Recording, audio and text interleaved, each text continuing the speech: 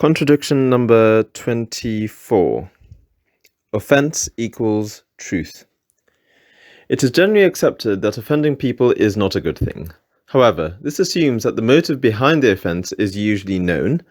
Offense is primarily motivated by malice, and it is usually easy to detect. For example, by being a black man myself, I do get a bit uncomfortable when some drunken party speeding down the road yell racist abuse at me. Yet, when my very good friend calls me, say, his favorite nigger, it is received and intended to be received with playful affection.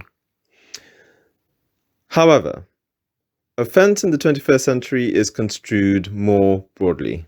Offense is now also considered to be something that not only discriminates between races in the case of racism, for instance, but differentiates as well. The intention behind utterances that may cause offense usually arise from ignorance or concern, and sometimes both. It is far from always malicious. Sometimes questions are asked of different social groups, questions about their behavior and beliefs. These questions usually arise from concern and sometimes from ignorance. They may be mingled with meanness, or they may not. The most common targets of such offences in the West today are immigrants, the black community, homosexuals, the Islamic community, and others. The concerns often express some kind of fear against, it could be crime, economic insecurity, cultural and moral erosion, even terrorism. In and of themselves, these are good concerns to have if indeed their problems are genuine, if they're genuinely manifested in society.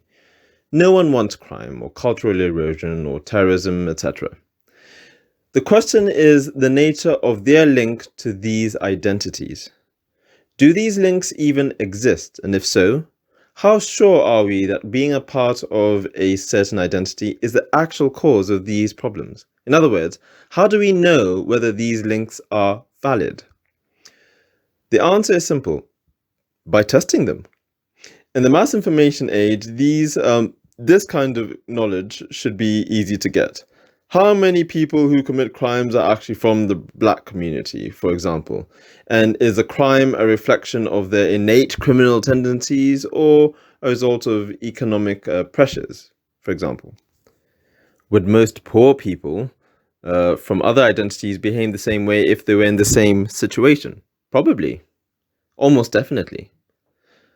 A simple bit of research should be able to answer such questions and put people's minds at rest, at least for those who simply wanted the truth. However, since these concerns are seen as somehow targeting minority groups or for more malicious reasons, merely expressing them is often deemed too sensitive from the outset. In fact, many concerns do not get past the question stage, let alone make it to the testing stage.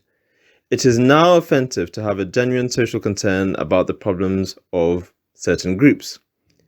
Minority groups, usually. In fact, it almost feels like there is a push towards the idea that minorities can do no wrong.